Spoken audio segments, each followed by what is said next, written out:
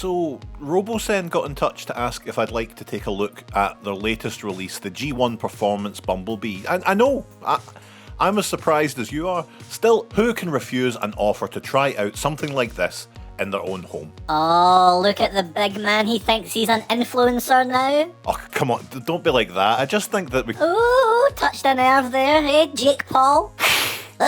So if you're unfamiliar, Robosen produced the big transforming Optimus Prime that was doing the rounds a while back. A big programmable robot with an even bigger price tag. And it's cool, for sure, but coming in at just under $1,000 for the flagship version, definitely out of my price range if I want to continue the otherwise lavish lifestyle I enjoy. This Bumblebee cuts the cost in half, coming in at $449, but as everyone on Twitter will tell you, it doesn't transform. Now this has been the cause of contention. As a Transformers product, you'd expect it to change modes, surely. But I can see that point of view for sure, but you know, I've got a lot of non-transforming Transformers toys, and without coming across as a shill for Robosen, mostly because I haven't opened the box yet, a good toy is a good toy. But is it a good toy? You know, I'm not being paid to make this video, and I have to give it back when I'm done, so if it's shite, you'll know all about it too. You can't say fairer than that, can you?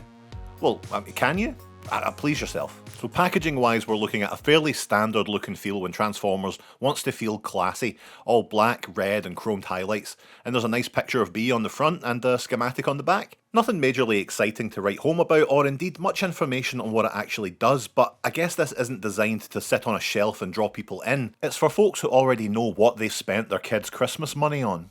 So ripping the sucker open, we're met with a solid styrofoam container. Inlaid into the front, we have a little package which contains your quick start guide and your safety manual, which immediately made me question how much danger I was in.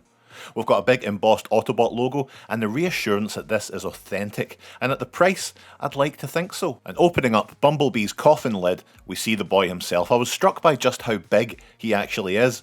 And before we get him out, let's have a look at the accessories. We get a charging cable, a very chunky gun for the lad, and a UK plug, which is very handy. We also get to peel the protective stickers off the shoulders and chest area, which is always satisfying. Immediately, Bee feels very solid. There's definitely a little give in the thighs when you're moving him around, but there's no danger of him falling over. Not with those big stompers anyway. And I'm really happy with the look of him too. Very chunky, very rounded. A friend, you know? Even the concessions for the robotics, like the charging port, the vents and the power button, they don't intrude on the design. And look how cute the feet are too. Easily my favourite part of the design overall. And it makes me wonder how much of this charm we'd lose if he did transform. Posing Bee when he's powered down is a mix of satisfying and terrifying. You know, when you move his arms, his legs or his head, you feel that resistance from the robotic innards, and you get a fairly audible buzz from it. I'm sure it's designed to be played with this way, but it's easy to think, should I be doing this? But when you pose him, everything stays in place. And his hands, the hands are a little bit basic to be honest, no individual finger articulation, the thumb just rocks up or down, but it does let you fit the gun very snugly into Bee's hand, and it is the right size for the little stinker.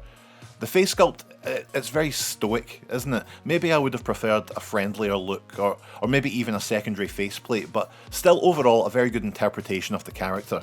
Pressing the power button on the back of Bee's neck starts him up, and you get light up eyes and headlights on his feet, along with some patter from the wee man. Hiya friend, Bumblebee here. And when you turn him off, he says cheerio, and he slumps down in a very depressed manner. See you later.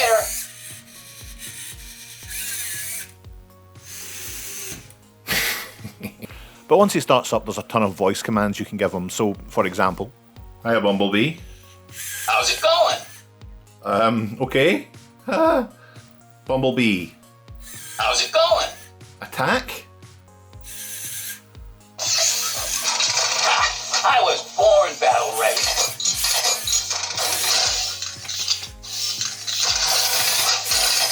And he'll go into a big thing. You know, it's cool. I won't lie. I enjoyed seeing him do his thing. It's an actual little robot in my house. I tell you what though, Toby did not like it one bit.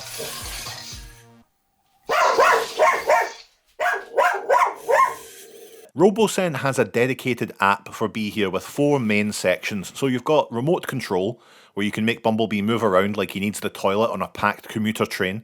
And we can also pick up some other moves in this mode as well. Action Download Center is where you can store and download new moves for the boy, and I can't resist things like Disgusting Guy.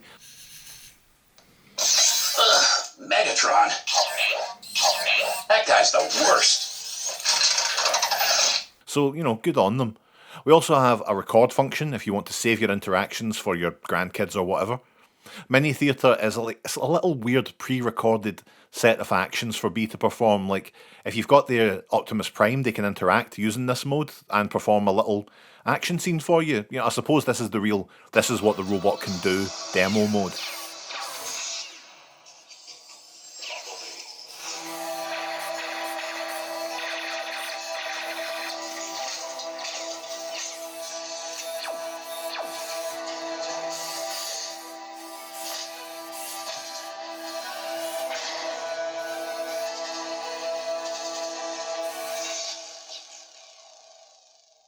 I'd do anything to protect my friends. Right.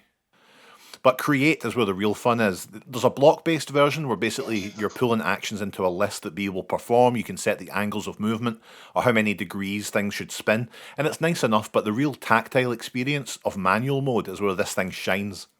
So you actually move B around manually, getting them into a pose, and then you sync them with the app. It'll save the pose, and you can move on to the next one. There's options to lock off certain parts of the body too, so if you need something to bear weight, it can, and I spent a ton of time messing around with this mode. It's a lot of fun getting B to dance around. And from there, you can also try out the voice commands and see what they do. It's a little bit limited right now, but there's supposed to be future support for additional commands and features. When it comes to the discussion of the non-transforming nature of the toy, it's not something that particularly bothers me. If I'm honest, a lot of my love from Transformers comes from the fascination I've always had with robots, and if Robosen reached out and offered to send me a generic robot that did all the same stuff that Bumblebee here does, I'd probably be just as eager to try it out. I mean, would I have preferred it if he did transform? Probably, but having something as unique and advanced as this at home, and it happens to look like one of my favourite characters from my most treasured franchise, sure, let's at least have a look at the thing. Would I actually purchase this thing, even now, after having tried it and played with all the features?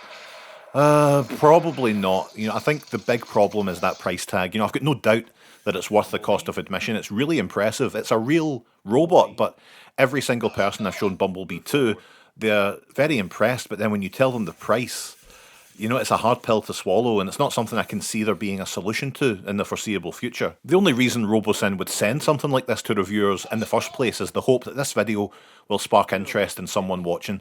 If I've learned anything from all of you rubes over the last few years is we all may love Transformers, but our tastes can differ wildly, and as can our ability to drop fat stacks on a whim. So ultimately, it's a difficult product to recommend to everyone, but I bet there's a few of you out there who like the look of this. For a lot of folks, though, you've got to really, really like the look of this little guy, and it probably means foregoing your Transformers collecting hobby for a significant amount of time. And is it worth that? Again, it's not my call to make, but for me, as nice as this is as a novelty, it's exactly that, a novelty. It's a centerpiece, maybe a conversation starter, something for your auntie to look at and say, isn't it wonderful what they can do nowadays? But as a toy, as part of my collection, it feels a little incongruous. You're a fucking liability, man. Put it like this, I do love it. I do, and it makes me look to the future with a wide-eyed awe that we can have things like this in our houses. I think back to when I was a chubby little 6-year-old. I would have entered cardiac arrest if I'd seen this, but I don't want to spend that much money on it.